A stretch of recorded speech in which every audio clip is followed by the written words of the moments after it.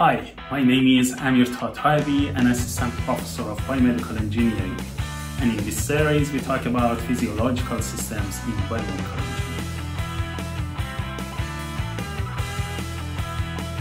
In this video, we want to talk about a circuit with two RLC compartments. In the last video, we discussed a circuit with one RLC compartment, which is much simpler than the one that we want to go through today. So if you haven't watched that video, I recommend that you first watch that video and then return here and continue this video.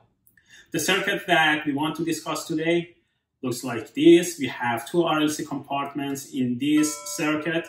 We assume that we know the values for resistors, inductors, the capacitors, and also the pressure of pump or heart. Before we start using the equations that we discussed in the last video, let's first give some names to some of the components that we have in this circuit. For example, these three nodes, we call them node 0, 1, and 2, and the associated pressures P0, P1, and P2. And then the flow rate through the pump, we call it QP. The flow rate through RA and LB is QA. The flow rate through RB and LB is QB. And the flow rate through the capacitors are Q1 and Q2. And finally, we have QC, which is leaving node 2. So we can write the equations that we discussed in the last video for this circuit. The pressure drop, for example, between point 0 and point 1 can be written as RAQA plus LA dQA over dt.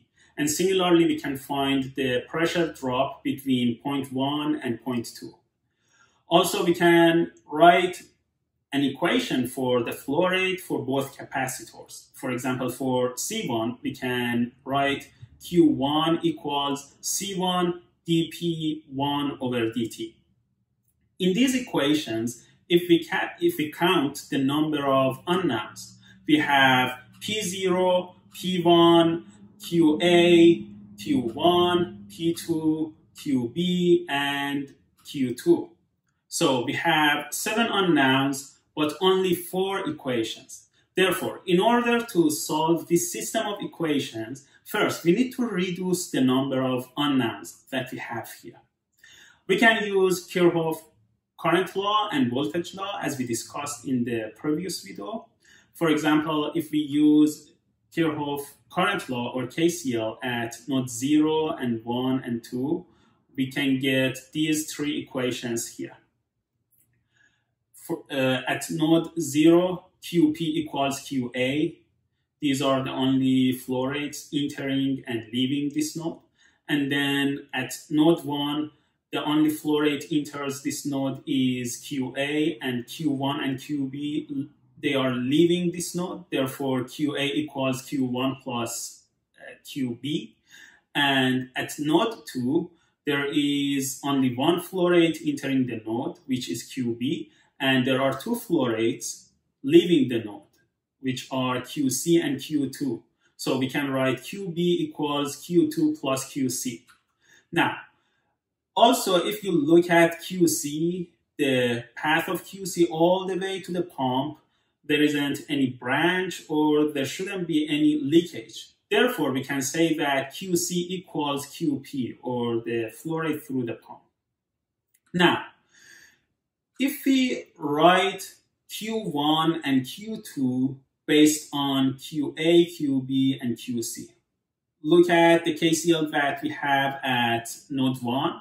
We can say Q1 equals QA minus QB. Using the KCL at node 2, we can say Q2 equals QB minus QC. But if you look at this equation, the last equation that we have here, QC equals QP.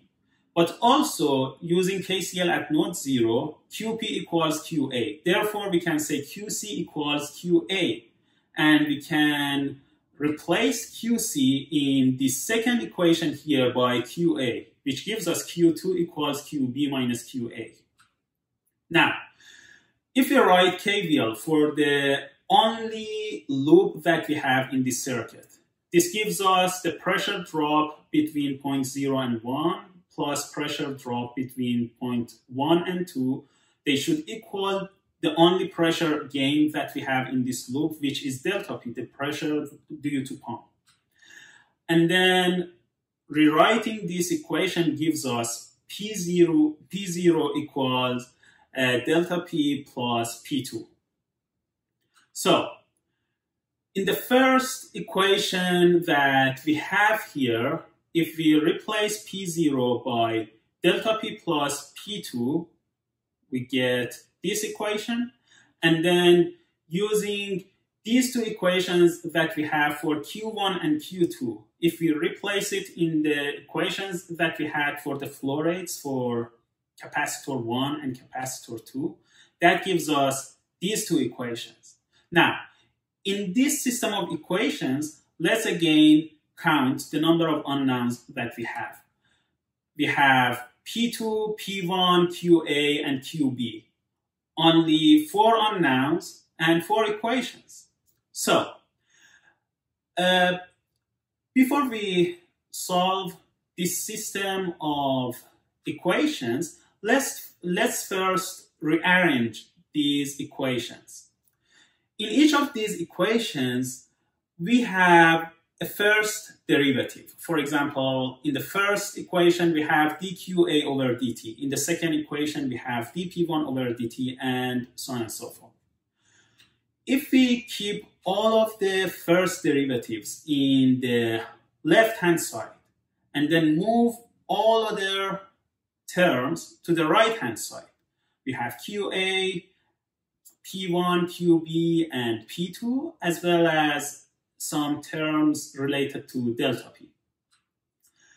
And we include the coefficient parameters, we get this system of equations. It's exactly the same system of equations that we have here, but it is rearranged.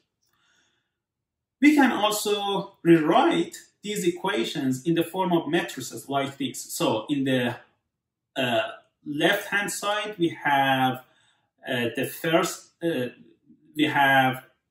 derivatives, and then we have the parameters QA, P1, QB, and P2. And then in this matrix here, we have the coefficient parameters.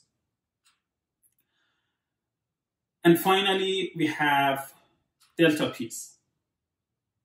So this is a system of first order ODEs. In order to solve a system like this, we need to know the initial conditions, which means we need to know the value of QA at t equals 0. Similarly, the value of QB, P1, and P2 at t equals 0. Once we have that information, then there are different ways to solve this system of equation, including using programming languages such as MATLAB.